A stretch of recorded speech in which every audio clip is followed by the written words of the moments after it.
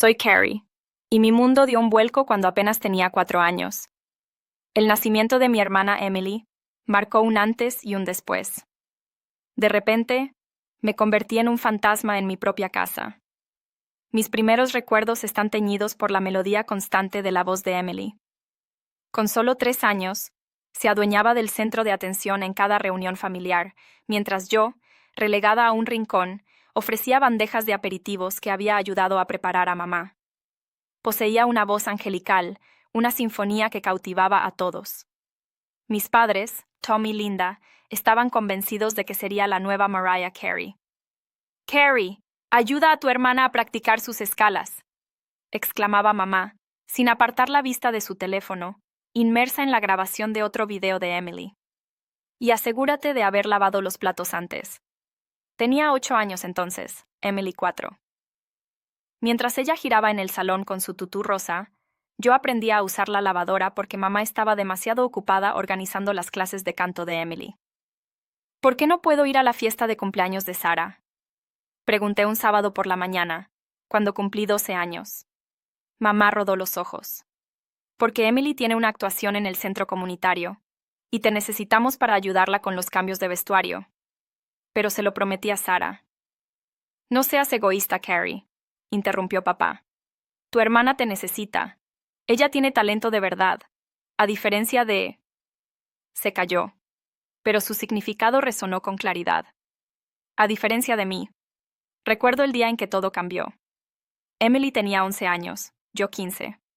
Ella y sus amigas fueron al centro comercial sin supervisión, algo que a mí nunca me permitieron a esa edad. ¿Cuándo había sucedido esto? El vacío en mi memoria era un abismo insondable. ¿Por qué me habían ocultado semejante secreto? La siguiente publicación en redes sociales me heló la sangre, un agradecimiento efusivo a papá y mamá por hacer realidad ese viaje de compromiso, un sueño hecho tangible para todos. Insistieron en costear, con su generosidad desbordante, las vacaciones de ensueño para ambas familias, los mejores padres del mundo. Financiado por el amor, decían. Algo hizo clic en mi cerebro, una chispa de comprensión que iluminó la oscuridad de la ignorancia. Tembloroso, abrí mi aplicación bancaria.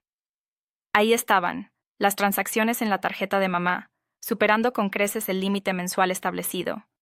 6 boletos de primera clase a Honolulu, $12,400. 3 suites con vista al océano en el Grand Wailea Resort por 7 noches, $18,600. Una cena de bienvenida en Morimoto, $2,800. Tratamientos de spa para parejas, $1,200. Una excursión en velero al atardecer, $1,600. Una cena privada en la playa, $3,500. Habían usado mi dinero para financiar sus vacaciones familiares secretas, una celebración a la que no me habían invitado. Habían organizado una fastuosa fiesta de compromiso para Emily y su futura familia política, excluyendo a quien en realidad pagaba los platos rotos. Mis manos temblaban con tanta violencia que necesité 3 intentos para marcar el número de mamá. Una llamada, 2 llamadas, 3. ¿Hola? La voz de mamá era despreocupada, jovial. Música hawaiana resonaba al fondo, junto al susurro del mar y el tintineo de copas. Risas. Reconocí la inconfundible carcajada de Emily. ¿Dónde estás?, pregunté, manteniendo mi voz firme, profesional, el mismo tono que empleaba en las reuniones de consejo más tensas, al lidiar con clientes hostiles. «Oh, cariño», vaciló. La música se desvanecía como si se estuviera alejando de la fiesta. Papá y mi madre decidieron tomarse un respiro, un descanso, dijeron. Necesitaban recuperar fuerzas, tras tantos meses difíciles. ¿Un respiro? Abrí la aplicación del banco, el puño apretado como una piedra. ¿El Grand Resort Wailea? ¿Con Emily James y toda su parentela? Ese tipo de descanso cuesta más de $40,000, mamá. $40,000 míos. Silencio. Luego, voces amortiguadas. Mamá tapaba el teléfono, pero alcanzaba a oír fragmentos. Lo sabía. ¿Qué debería hacer? Emily, quizás deberías... Mamá, ¿por qué usaste mi tarjeta para pagar el viaje de todos? ¿Y por qué no me invitaron a la fiesta de compromiso de mi propia hermana? Más murmullos, una lucha sorda mientras el teléfono cambiaba de manos. Cuando Emily habló, sus palabras resonaron como hielo. Escucha, aspirante a ejecutiva, espetó. No eres necesaria aquí. Ni siquiera eres parte de la familia ya, solo un cajero automático con piernas. No queremos que arruines todo con tu patética historia de éxito. A nadie le interesa tu preciada carrera mientras celebramos mi compromiso.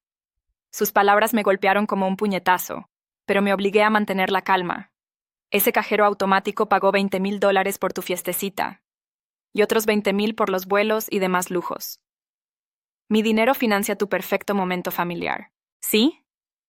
La risa de Emily, áspera y gélida, resonó en mis oídos. Bueno, para eso sirves, ¿no? Sigue trabajando en tu trabajo de lujo y disfruta gastando tu dinero. Es lo único para lo que sirves, siempre lo fue, incluso cuando éramos niñas. Por fin, un propósito. La línea se cortó, muda y fría como un sepulcro. Intenté llamar de inmediato a mamá. Silencio. Solo el eco vacío de su buzón de voz. Lo mismo con papá. El teléfono de Emily sonó una sola vez, un latido agonizante antes de caer en el abismo del contestador automático. Rechazó la llamada. Al instante, una avalancha de notificaciones invadió mi pantalla, una tormenta digital de bloqueo tras bloqueo en cada red social que compartíamos. Primero, los perfiles de mis padres se esfumaron, borrados como trazos de tiza en una pizarra. Después, el de Emily. Un mensaje, un último espasmo de su rabia, llegó antes de que mi número fuera silenciado. Estamos hartos de tu envidia y tu mala actitud. Déjanos en paz. Has arruinado demasiados momentos especiales para Emily. La frase se clavó en mi pecho como una daga de hielo. Mis manos, antes temblorosas, recuperaron su firmeza al abrir la aplicación del banco, navegando hasta la sección de reservas de viajes. Cada clic era un eslabón roto de la cadena que me ataba a su crueldad durante tanto tiempo. Clic, las reservas de 3 suites de lujo con vista al océano, anuladas.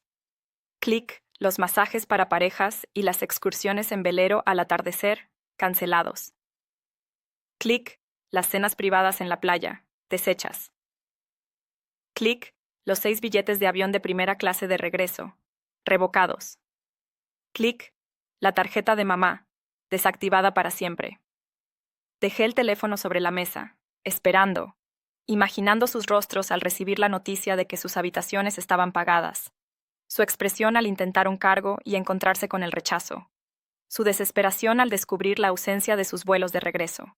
La red, esa telaraña invisible, me mostró el alcance del huracán que mis actos desataron en Hawái.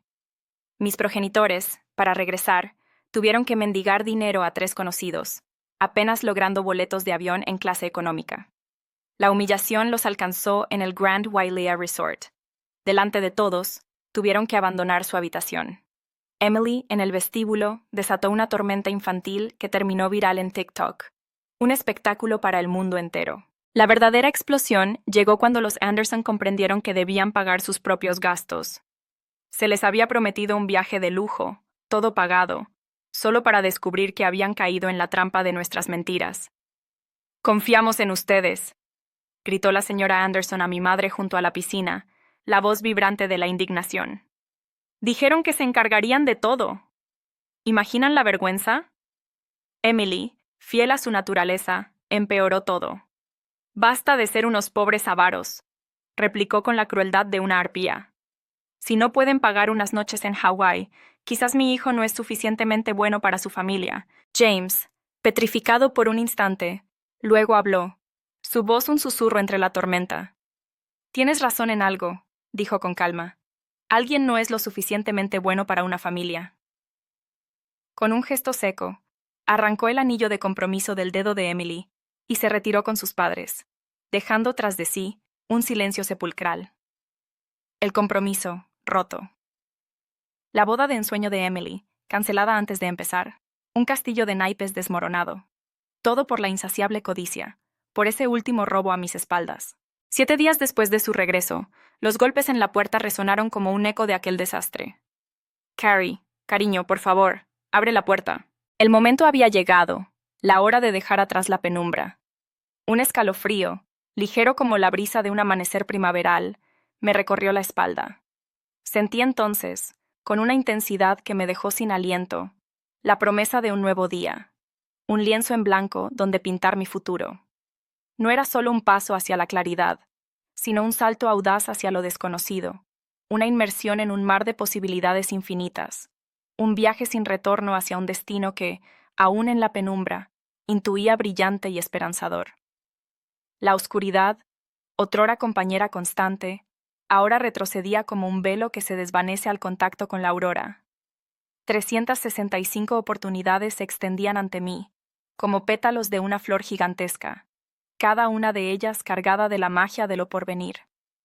La incertidumbre, antes un monstruo amenazante, ahora se transformaba en una invitación a la aventura, un desafío estimulante que aceptaba con el corazón, latiendo como un tambor frenético. El sol, aún oculto tras el horizonte, me ofrecía su promesa tácita, la promesa del calor, la fuerza, la luz.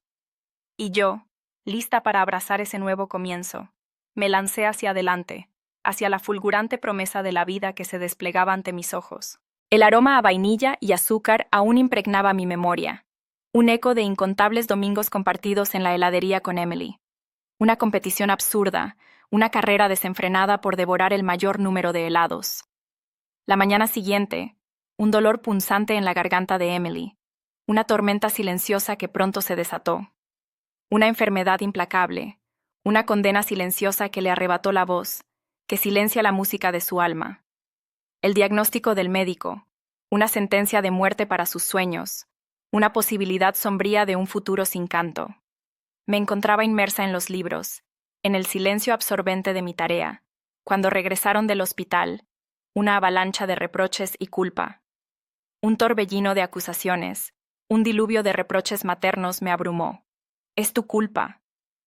Resonaba en mis oídos, un eco de la tragedia que se cernía sobre nosotras. Debías haberla cuidado, un peso insoportable sobre mis hombros, un tormento de responsabilidad ajena. La defensa inútil, la realidad de mis tareas, el quehacer doméstico que me mantenía atada al hogar como una esclava.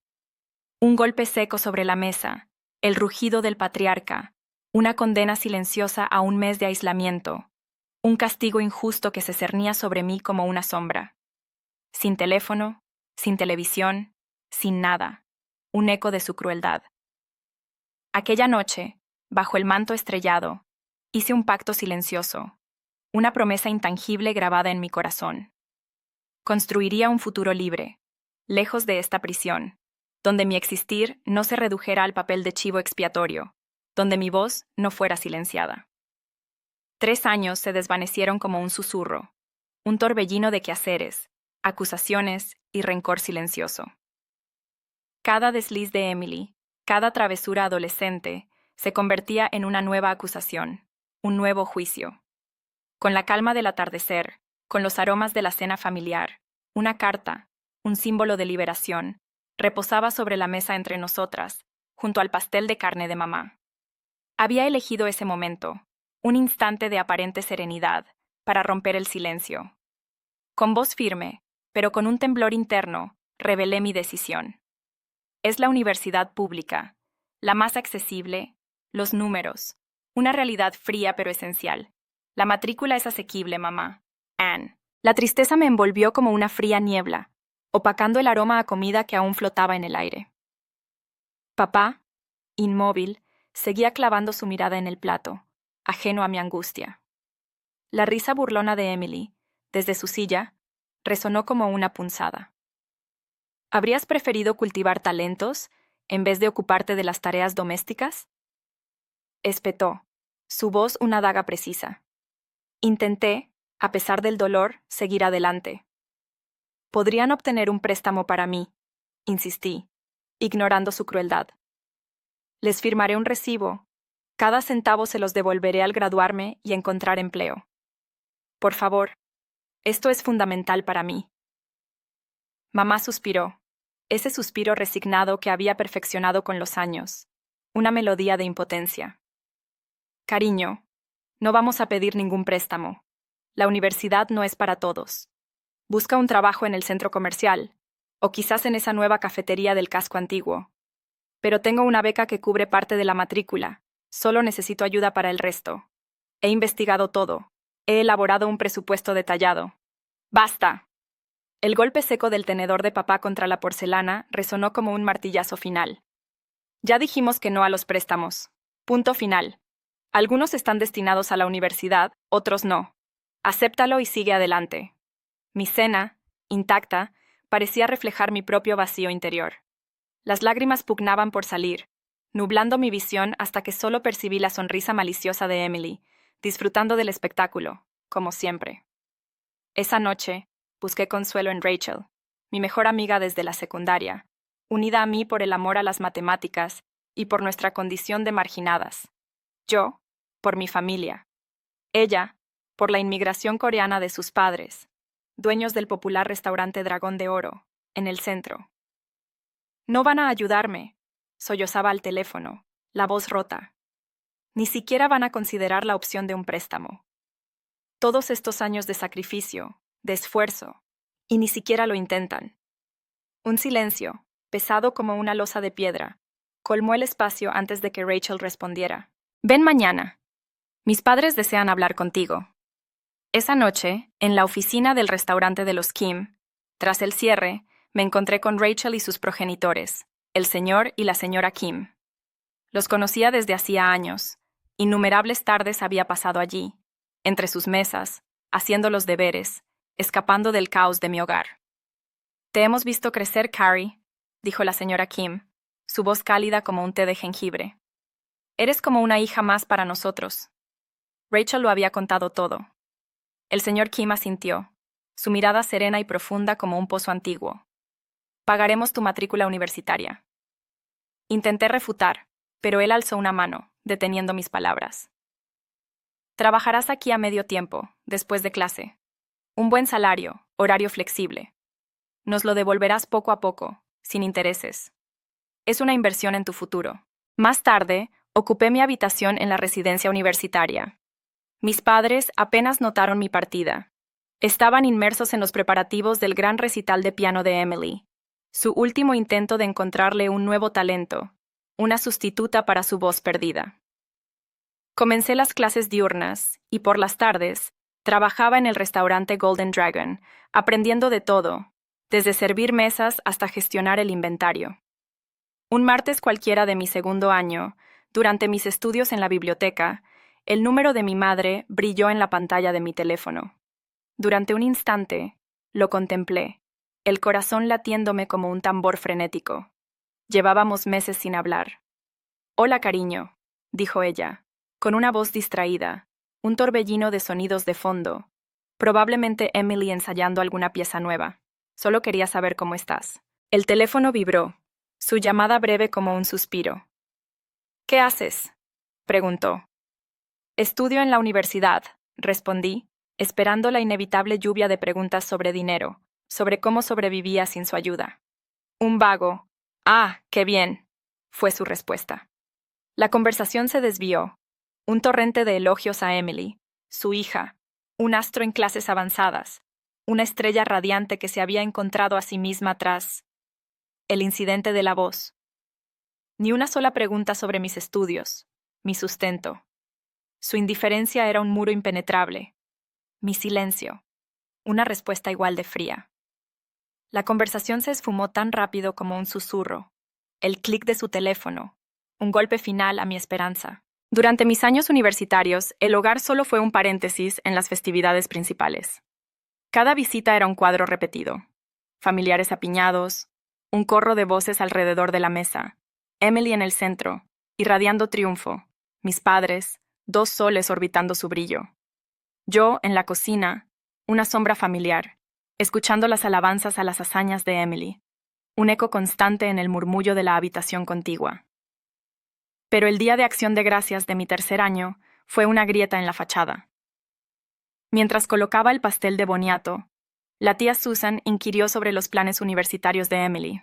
Entonces, mi madre, con la voz llena de un orgullo desmesurado, reveló su secreto.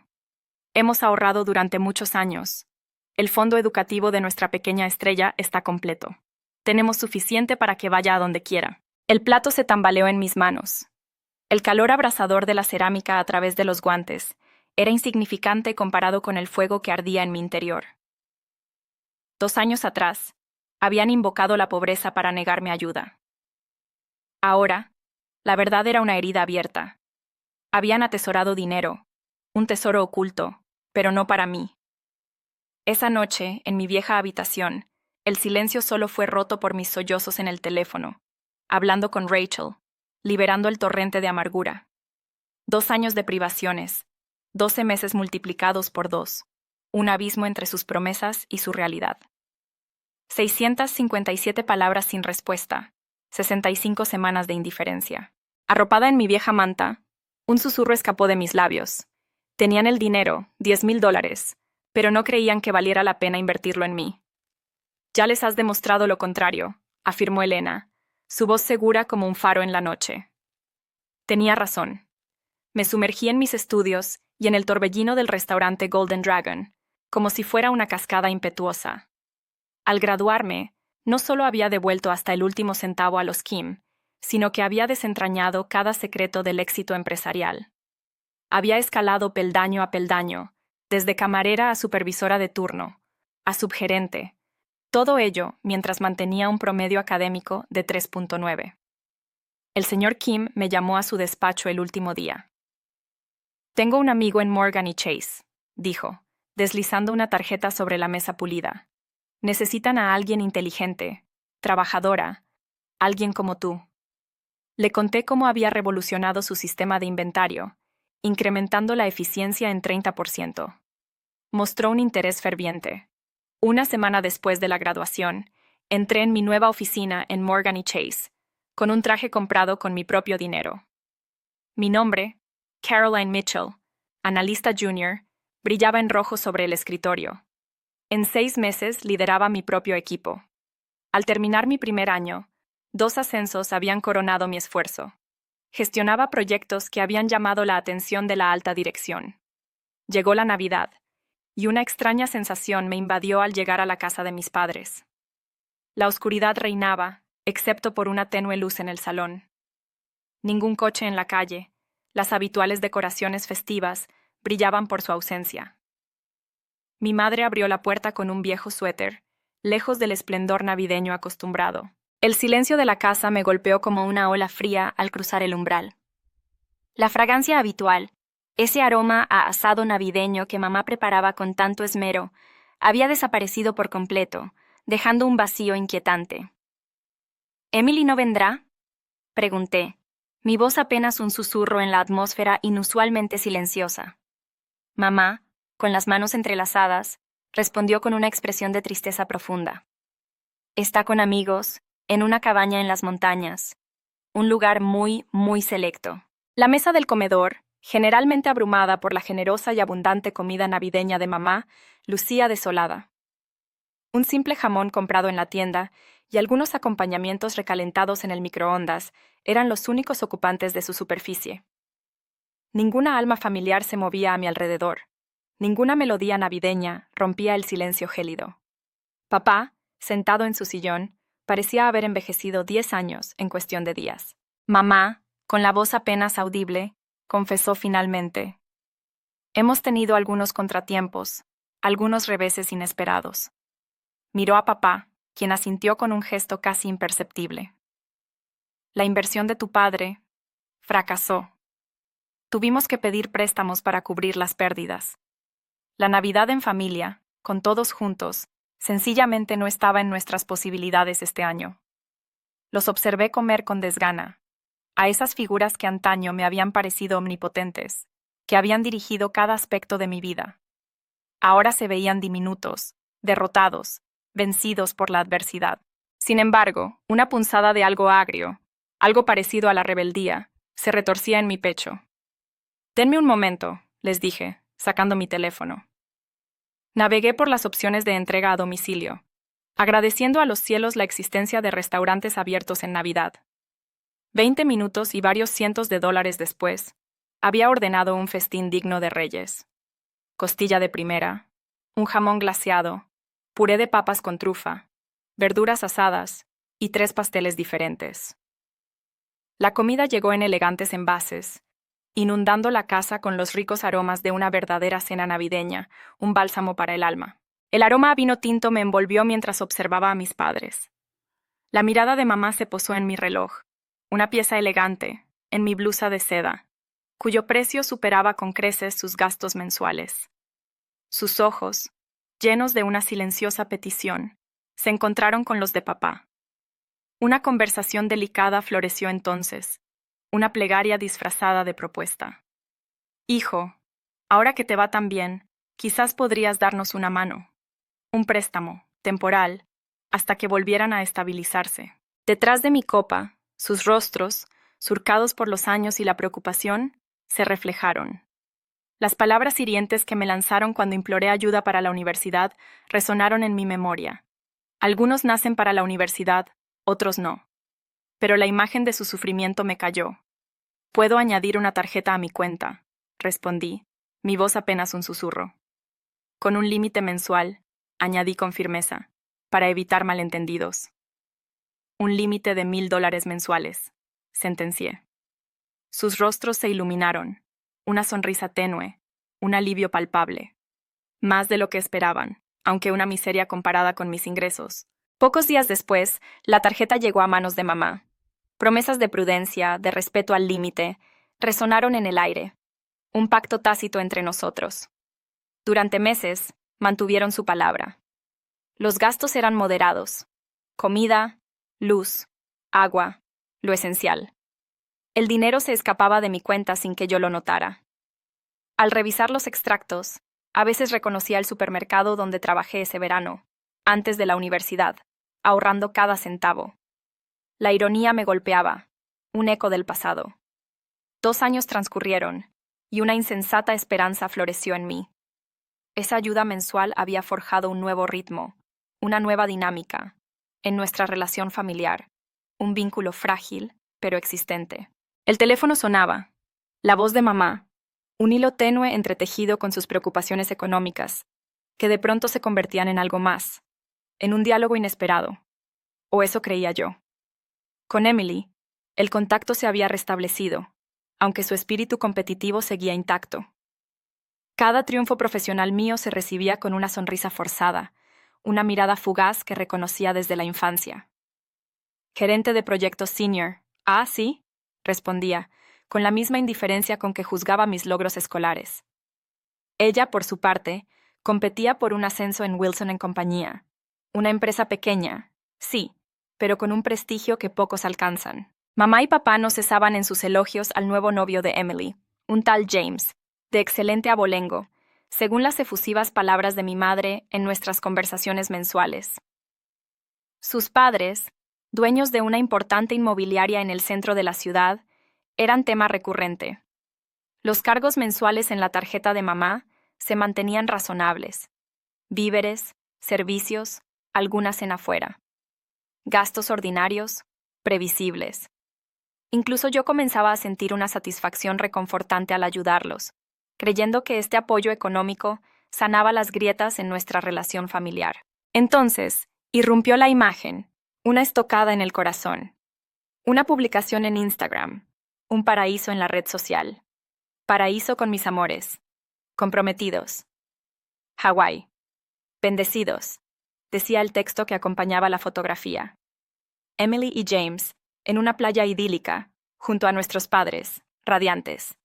La señora Anderson, madre de James, lucía un vestido de alta costura. El señor Anderson, imponente junto a su hijo, con una mano sobre el hombro de éste. Mi dedo se paralizó, detenido en el infinito recorrido de la pantalla.